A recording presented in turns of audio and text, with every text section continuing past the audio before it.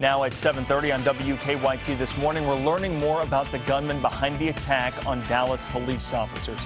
We'll have the latest details on the attack just ahead.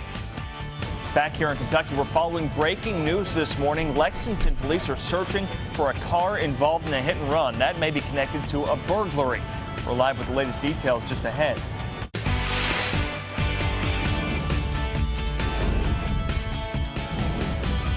This is WKYT This Morning. Good morning. Thanks for joining us. I'm Sean Moody. Michelle Chamberlain has the morning off. It was just a nasty stretch of rain for the past few days, but finally, we've got a good-looking day ahead of us. Mike Linden is standing by with a look at your Saturday. A look indeed, Sean. How about this one from the live sky camera looking toward Clark County from our studios here on Winchester Road. Fantastic as we get our Saturday morning started. The skies are looking great. Temperatures are feeling good. Finally a break from the active weather, and active to say the least, because we certainly saw almost everything all week long. We look at the Defender radar network and we're just not seeing much of anything this morning. The cloud cover is very thin. We're really not seeing any active weather. Things are comfortable. That's the key as we get our morning started, and it will continue to stay quite nice into our afternoon today. This cold front that brought us the final push of active weather is now moving toward the east of us, and that is going to allow for that cooler air from the north, the drier air from the north, to settle into the bluegrass at least for the next few days here. Not only will that give us much quieter and calmer conditions for the weekend, but it should make it look really nice as well. But I am tracking the return to storms here in the bluegrass. I'll show you when they get here coming up. Mike, thank you. We're following breaking news out of Lexington. Police are searching for a vehicle involved in a hit and run that was on Sandersville Road. The homeowner says his wife was hit by that car. We're working to get all the details on that this morning. WKYT's Victor Puente joins us live right now with the latest. Good morning, Victor. That homeowner tells me his wife is lucky to be alive after she was hit by an SUV during a burglary early this morning. Now, police are still searching for the two men involved in this crime. That homeowner says they woke up when a brick was thrown through one of their windows this morning. He said his wife's purse and a laptop were stolen, and as they were looking at other items, they saw their car back out of the driveway. He says he ran outside with a shotgun and forced the man inside out of their car and told him to get on the ground. He said while they were standing in a neighbor's yard, another vehicle came speeding up, struck both him and his wife. He said he dropped the gun and the burglar got into that SUV and they sped off. Another guy comes through the yard with a vehicle and hits my wife, and she hits her so hard she hits her head on the truck parked in the driveway, and the other guy, they hit me on the side. I dropped my gun. The guy jumps in the car with the other guy and they take off. Spangler said his wife is expected to be okay, although firefighters did tell him she may have a concussion. Now, police believe that SUV that hit her may have been stolen from another home in this area. They say those two men drove it to the Winburn area and then got off on foot, leaving the vehicle behind. Police are now searching for both of them with the assistance of a helicopter. Live in Lexington, Victor Puente, WKYT. Victor, thank you. Now turning to news out of Dallas this morning. The city is in mourning after an assassin took aim at police officers Thursday night. There are now flowers, signs, and flags on two Dallas patrol cars that were parked outside police headquarters as a memorial to the 5 officers killed and 7 wounded. There you see that's outside Dallas police headquarters. We're also learning more about the man who police say is the shooter. Don Champion has the latest from Dallas. A memorial for the 5 officers ambushed in downtown Dallas Thursday continues to grow. As the city united, investigators revealed they now believe the gunman behind the attack acted alone. This was a mobile shooter that had written manifestos on how to shoot and move. A U.S. intelligence source tells CBS News 25-year-old Micah Johnson, a former Army reservist who served in Afghanistan, had been planning an attack for some time. He carried it out as peaceful demonstrations were ending in the city, opening fire on officers from the street before eventually being cornered and killed by authorities at a nearby college. On Friday, investigators uncovered an arsenal in his home, including bomb-making materials and rifles. As the city of Dallas heals elsewhere, protests over the police killings of 2 black men this week continue. Tensions boiled over in Phoenix overnight when police used pepper spray on demonstrators trying to block traffic on a freeway. They should not have pepper sprayed anybody. They pepper sprayed children. What do we want? Justice! Protesters in Atlanta and D.C. railed about police brutality while condemning the Dallas shootings. Violence is not the way to stop it. That ain't gonna do nothing but intensify and put fuel on the fire. President Obama is cutting short a trip to Europe this weekend so he can visit Dallas early next week. Don Champion, CBS News, Dallas. Investigators also say police officers in Missouri, Georgia, and Tennessee were also injured in ambush-style shootings. Police say just outside St. Louis, an officer was shot while walking back to his car during a traffic stop. Police said that officer was in critical condition as of last night. They have arrested the suspect.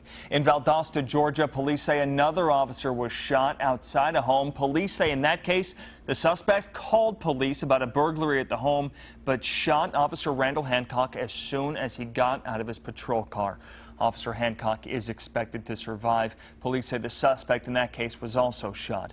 Then in Tennessee, another man was accused of shooting at passing cars on a highway, killing one woman and injuring 3 other people, including a police officer. Police have said that man was motivated by police shootings. The attack in Dallas hit close to home for a lot of people in Richmond. Last fall, of course, you'll remember Richmond police officer Daniel Ellis died after being shot in the line of duty. Dozens of people, including Officer Ellis's widow, took part in a vigil for the officers killed in Dallas. He gets ready and putting the uniform on is just, we don't know if they're going to come back at the end of the day. Some of the people there at that vigil said they want to send a message to Dallas that the city of Richmond is standing behind them. Tonight, people in Montgomery County will also gather to remember the fallen Dallas police officers and to support officers here in central Kentucky. The wives behind the badge are holding the prayer vigil, and they're asking people to meet on the courthouse lawn at 8 o'clock tonight. Lexington police and city leaders held a moment of silence yesterday for the police officers killed there in Dallas. Lexington officers also flashed their emergency lights in tribute. Lexington Mayor Jim Gray said the country needs to come together following the recent shooting deaths of black men by white police officers in Louisiana and Minnesota, and of course the attack in Dallas. Police say they agree. To experience what we have in Dallas is another blow to the law enforcement community. Everyone needs to know is violence won't be solved through other violence. The issues that we're dealing with, they're not easy, they're difficult. It's going to rub people the wrong way, but we're going to be here to hold the entire community accountable. Other cities around Kentucky and around the country took part in a moment of silence. Keep checking WKYT.com for the latest on the Dallas attack. We'll also have updates on the investigation in the WKYT News app. The funeral for a Lexington firefighter who died after a battle with cancer has been moved now to a larger location. Matt Logsdon died earlier this week. That's Matt in Chicago while he was being treated for cancer earlier this year. His funeral will still be held Monday afternoon at 1, but it's been moved now to Northeast Christian Church on Old Brownsboro Road in Louisville. The visitation will still be at Highlands Funeral Home on Taylorsville Road in Louisville from 1 o'clock until 9 o'clock tomorrow. Time is 7:39 now on your Saturday. We still have plenty ahead this morning. There's an app for just about everything, including watering your lawn. We'll take a closer look at that after Mike's forecast. Well, you got a free one earlier this week as far as watering your lawn goes, but here in the Bluegrass today, looks like you'll have to do it yourself if you need to. A lot calmer out there to kick off your weekend. I'll show you why coming up. Now, your zone-by-zone forecast with Mike Linden. Following an incredibly active work week in the Bluegrass that featured severe storms and heavy rain and strong winds, it's finally much calmer in the Bluegrass today and looks to stay that way through your weekend. The Defender radar network here just not showing us anything out there this morning, and that's good, especially if you plan on being outside not only through the morning hours but into the afternoon as well. We're really not anticipating very much of anything getting in the way of you having an awesome day outside today. Drier air coming in behind this cold front that brought us the active weather yesterday, and you can see how that has really nixed the heavy cloud cover. There is still some cloud cover out there, but again, nothing that's going to bring us the rain, the thunderstorms. Things are looking great, as you can see here in our live look, looking toward Clark County early this morning. Temperature-wise, the low 70s and upper 60s. This is right on par with where we should be for this time of year. If you're getting your morning started early on, things are looking great. If you plan on heading outside later this afternoon, things will continue to look great at that point. If you didn't have the chance to cook out or jump in the pool earlier this week as the weather was just pretty ugly, today is going to be the day to get all of those outdoor plans in, because things look wonderful not only this afternoon but even into the evening hours, holding on to the lower 80s even into 8, 9 o'clock tonight. It's just one of those summer nights you're really going to remember. Looking through our hour-by-hour forecast here, as we get into our afternoon today, you'll notice the cloud cover is really going to dictate where those temperatures end up. For most of central and northern Kentucky, even the thinner clouds can keep temperatures down by almost 5 or so degrees. You compare that to spots in southern Kentucky, the mid to high 80s. Not to mention, if you're heading to Lake Cumberland today, a beautiful day out on the water, might I add. Heading into Sunday afternoon, let's just say you're just jam-packed. You got to get a lot of errands done today. You won't have time to enjoy the outdoors. Tomorrow, you'll have your chance again, very similar to where we'll be today. Sunny, drier conditions. It isn't until Monday that the active weather begins to bubble up from the south. That warm, moist Gulf of Mexico air is not going to be held away forever. It works its way back in on Monday and brings us the chance for some stormy weather as we get into the early stages of our work week. But if you are looking for the opportunity to get outside and enjoy today and tomorrow, and even most of Monday, is looking pretty good to do so. Whether or not you're into photography, or you've just been waiting to swim, or if you just want to go outside and read a book, whatever you want to do outside today, it looks like the weather won't be getting in the way. A lot of people will be taking advantage of that. Thanks a lot, Mike. There's really an app for everything, and it turns out if there's not one, there's somebody probably developing one that you might not even think about. Yeah, like in California, where conserving water is a top priority. And now there's a new smart way to keep the lawn watered. Jeff Nguyen has the story. It tells you smartphones put so much power in the palm of our hands. But now meet the smart sprinkler. It's something Marcos Casada has at his West Covina home. You see, water conservation is something his parents ingrained in him as a child in Mexico. There's only water on certain days of the week and at certain times. And usually they have cisterns, and if you don't save water, basically you run out of it. That's why he installed the Ratio Smart Sprinkler Controller, which sits right next to his rain barrel. The device is controlled through a phone app, and it connects to his Wi-Fi to get weather reports, which turns off the sprinklers when it rains. He says it's really helpful in communities with water restrictions. You would edit the watering schedule to water only the days that you're allowed to water. His wife says the family just came back from a trip to Mexico, and her husband watered their lawn remotely during their vacation. My husband likes to show off. Look at what I can do with my water system, or he'll be at work sometimes and he'll call me, is the system on? Pricing starts at $200, but the Casadas say it's paid for itself because their water bill has dropped. Marco says his mom was so big on saving water, when he was a kid, she would have him dump her dishwater on their family lawn. What would your mom and dad say if they saw this today? I think they would be proud that I have this nice lawn and we're not using that much water. We're conserving our natural resource. Now that he's a father, he's hoping conservation is a value that will continue to run deep. In West Covina, Jeff Nguyen, CBS 2 News. Some for everything. I mean, I have all my lights in my house I can control from my phone. I would turn them on right now, but I don't think my fiance would be too She might not appreciate that. I like the one where you have the Bluetooth thermometer that you put in your steak, and then it just dings your phone. Those are great. When it's done. Those are fantastic. I was cooking the other day, and I realized, shoot, I left a bunch of chicken on the grill, and it was real close, but we caught it right in the nick of time. Glad to hear it. 7:47 on your Saturday morning. We'll have more news when we come back. Kentucky mornings start here. You're watching WKYT This Morning. Good morning, I'm Bill Bryant, hoping you're enjoying your weekend. Lexington's Bluegrass Airport is bucking the trend by announcing new flights that started this summer. Eric Frankel is executive director at the airport, and he says he goes to the airlines personally and makes a case for Bluegrass. And recently he's been very pleased with the responses from carriers and passengers.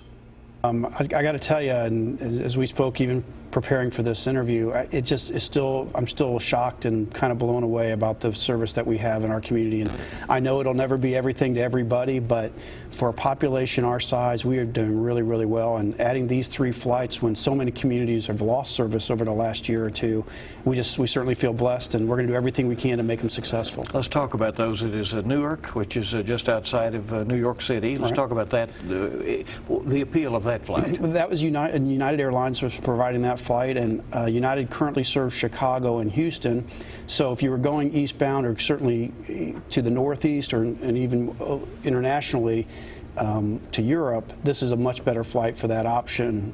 So we were really happy to start it. We've had it before. We had it years ago. They had some issues with some delays. We hope that they're over that. So we're excited about having that one. A direct to Baltimore Washington International Airport now. What does that add? And Baltimore was a little bit of a surprise for us, to be honest with you. It's not typically Allegiant's providing that service, and this is, I think, we're kind of a test market, honestly, for that. We think it'll do well for the leisure travelers that want to go to D.C. and school groups and historians and those type of folks. So far, it's been doing really well. It's only seasonal, so it'll be done over the summer, and hopefully they'll bring it back next year. And then the other one is more typical of Allegiant's destinations, a vacation area, Hilton Head in Savannah. Yeah, we were very happy with that because we knew we had a lot of folks here locally that go to Savannah or the Hilton Head area regularly throughout the year. We think that'll be a success, and I'd be shocked if it wasn't. How do you pull off new destinations at a time when other airports are having a tremendous difficulty, even losing flights, and there is so much consolidation within the airline industry? There's no question. It is really, really challenging. And first of all, I got to give credit to our board who creates the environment where we can be successful. We run the operation. We try to run the operation efficiently so we can attract airlines, because obviously they have to pay to be there. And then we provide incentives to hopefully get them over the hump.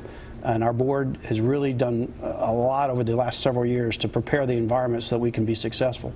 In the end, I mean, this is really determined somewhat by the airlines, and the consumer ultimately, whether they respond to the product, whether they're willing to pay the fares, to go to those destinations. So I say, the airport we're not really responsible for the success or the failure of a city, and only the consumer can decide that, but we can create the environment to at least start it, and I think we've done that. What would you say your mix of travelers is at Bluegrass Airport? Mostly vacationers, mostly business travel? I think that's a great question, and we debate this internally as well, because I think it's changed over the years. I mean, Allegiant now provides about 22% of our traffic, and you presume that those are all leisure, generally speaking. So we think the market may be 60 business, 40 leisure. It's hard to say, but we think that's a good ballpark.